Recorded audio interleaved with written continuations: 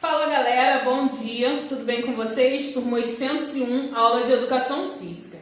Gente, na semana passada nós demos início à nossa unidade 11, página 59 do nosso livro. Nós falamos sobre 10 passos, 10 dicas para que adolescentes tenham uma vida mais saudável.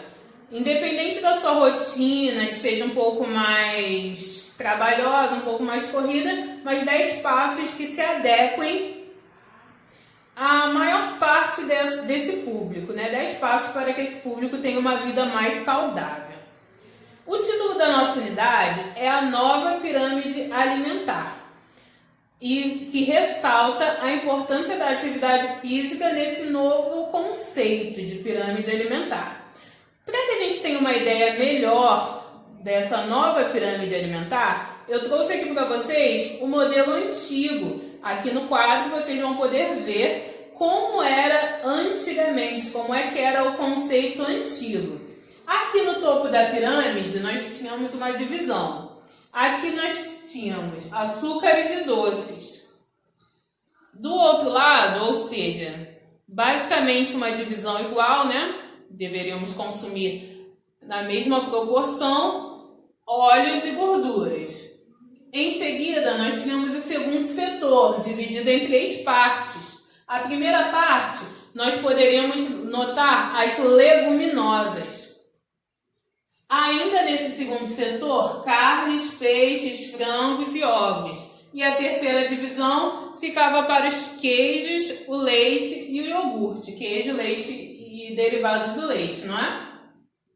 No terceiro setor, nós tínhamos uma divisão em 2, que era composta por vegetais e frutos. Abaixo, o maior setor, que representa que deveria ser consumido em maiores quantidades, nós poderíamos notar os cereais, as massas, os pães, as farinhas e os tubérculos, certo? Era assim o modelo antigo de pirâmide alimentar. A pirâmide alimentar, ela diz quais são as quantidades de determinados alimentos que nós devemos consumir durante o nosso dia. É para isso que serve a pirâmide alimentar, para dizer a proporção de cada alimento que nós devemos consumir durante o dia. Vamos fazer uma pequena comparação no modelo antigo. O que eu deveria consumir em maiores quantidades? Açúcares e doces, que está aqui no topo, ou cereais, massas, pães e tubérculos? O que aparece em maior quantidade aqui na nossa pirâmide? Nós podemos ver que são os cereais, as massas, os pães e os tubérculos, não é verdade? Agora vamos fazer uma segunda comparação.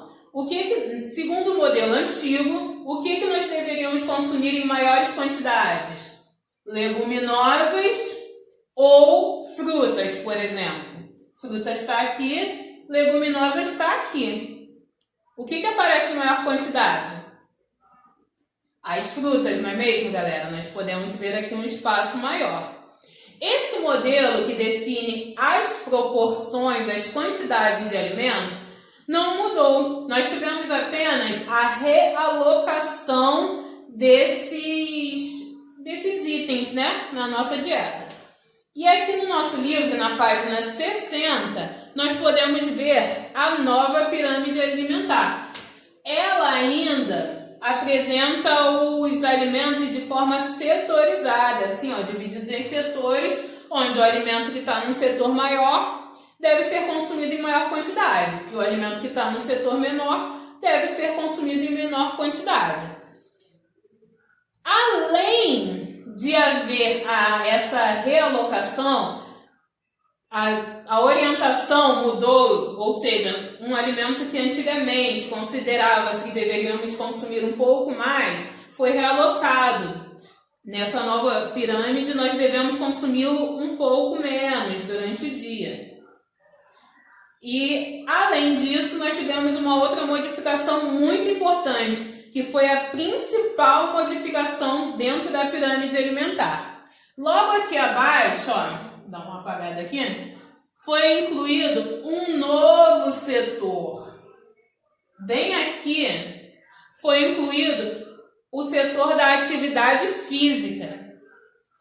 Vocês repararam, antes não tinha esse setor da atividade física.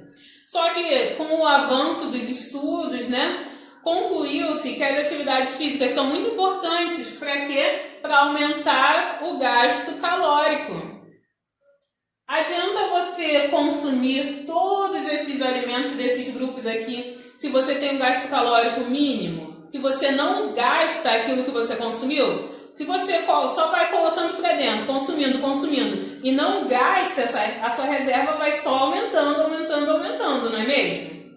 Por isso, incluiu-se na pirâmide alimentar uma base aqui, que é composta por atividade física, certo? Essa foi a principal modificação da pirâmide alimentar. A atividade física. Galera, se nós fizermos uma comparação aqui, da pirâmide alimentar antiga para a pirâmide alimentar nova, nós vamos perceber que a nova pirâmide alimentar possui mais grupos. Ela inclui uma variedade maior de alimentos. Nós já estudamos que é importante que haja o consumo de alimentos dos mais variados grupos alimentares. Estudamos as funções dos alimentos, que eles podem ser energéticos, construtores, reguladores. E nós estudamos a importância de consumir alimentos desses grupos. E a pirâmide alimentar nova, ela parte desse princípio, de que é importante que nós tenhamos uma alimentação equilibrada. Então vamos lá, vamos fazer uma comparação aqui bem rapidinha. Acompanhem daí do material de vocês, livro, página 60. Aqui na pirâmide alimentar nova, no topo, nós temos uma divisão entre arroz branco, batatas, massas, doces, macarrão e a carne vermelha e a manteiga. Antigamente nós tínhamos os açúcares e os doces e os óleos e as gorduras, divididos lá em cima, onde nós deveríamos ter um consumo pequeno. Em seguida, no segundo setor, nós tínhamos 3 pequenas divisões e agora com somente dividindo carne, peixe, frangos, ovos, leguminosas e o leite. Agora, no segundo setor, nós temos apenas o leite, em uma quantidade um pouco maior. E abaixo nós temos outro setor, também uma quantidade considerável, que inclui as aves, os peixes e os ovos. As sementes oleaginosas, como amendoim, nozes, a linhaça, ganharam um grupo especial. Veja aqui, recomenda-se que haja um consumo considerável. Vocês podem observar aqui que elas têm um espaço considerável na nossa pirâmide. Ou seja, nós devemos consumi-la em uma quantidade considerável. Temos as frutas e as verduras ocupando o próximo setor. Nós temos também a presença dos óleos vegetais e dos cereais integrais na nossa nova pirâmide. Então, galera, na hora de escolher esses alimentos, nós devemos levar em consideração a nossa nova pirâmide alimentar, que estabelece quantidades adequadas para todos os grupos alimentares. É isso que o nosso robô RW diz aqui na página 60, que nós já estudamos os 3 grupos alimentares e que nós devemos agora saber distribuir, que eu não posso consumir em excesso, principalmente os alimentos energéticos, que são os alimentos que são ricos em carboidratos, como, por exemplo, o arroz branco, que está aqui no topo da nossa pirâmide, os doces, o macarrão. Eu devo consumi-los em uma quantidade um pouco menor. Certo, galera? Vamos lá, agora vamos fazer juntos a leitura aqui do nosso último parágrafo, da página 60. A nova pirâmide alimentar é constituída por setores, em que os alimentos aparecem agrupados de acordo com as suas características. Existe ainda um setor na base dessa pirâmide, que se refere às atividades físicas diárias. Isso significa que o consumo de alimentos e os movimentos realizados no dia a dia estão relacionados com a nossa qualidade de vida. Então, galera, vamos pensar em equilíbrio, pensar sempre na distribuição correta dos alimentos dos mais variados grupos para formar uma alimentação saudável. Galera, agora vamos dando sequência aqui, vamos para a nossa página 61. Fala sobre a alimentação na adolescência, que é a fase que vocês estão passando nesse momento. Durante a adolescência, muitas pessoas, acabam ou iniciando uma atividade esportiva, talvez outros possam iniciar uma atividade profissional, como atividade de jovem aprendiz, ou até mesmo um trabalho mais informal, ajudando um familiar ou ajudando no negócio da família. É uma fase também em que nós temos um crescimento, das estruturas corporais, ficamos mais altos e que vai definir um pouco mais as características físicas da vida adulta. Essa é uma fase muito importante. Por isso, a nossa alimentação nessa fase deve receber uma atenção especial. A nossa alimentação precisa receber uma atenção especial. Nós precisamos ter uma dieta balanceada, uma dieta equilibrada, para que nós tenhamos energia para fazer todas essas atividades, nós tenhamos os nutrientes necessários para o crescimento, para a construção dessas estruturas que estão se desenvolvendo. É indispensável que nós tenhamos atenção na hora de construir a nossa alimentação equilibrada. Aqui no terceiro parágrafo do nosso texto, na página 61, que tem como título assim: Os alimentos e a adolescência. Eu não vou ler esse texto todo com vocês, mas eu peço que vocês façam a leitura. Se for preciso, até mesmo agora, dá pause no vídeo e faz a leitura desses 2 primeiros parágrafos.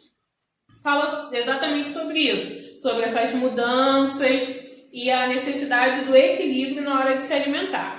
Aqui no terceiro parágrafo, eu gostaria inclusive que vocês destacassem, porque ele diz assim, em média, como deve ser essa divisão. Aqui na nossa pirâmide, na página 60, nós temos uma ideia assim vaga, Mas na página 61, ele já dá uma noção mais precisa das quantidades de cada grupo que nós devemos ingerir durante o dia. Vamos lá, página 61, terceiro parágrafo. De modo geral, uma dieta deve conter entre 50% e 60% de carboidratos, que são os alimentos basicamente que vão conferir a energia para os movimentos. De 25% a 30% de gorduras e de 15% a 20% de proteínas. As vitaminas e sais minerais são necessários em pequenas quantidades. E a última frase aqui, galera, bem importante, é fundamental ingerir água em quantidades ideais. Mantenham-se sempre hidratados.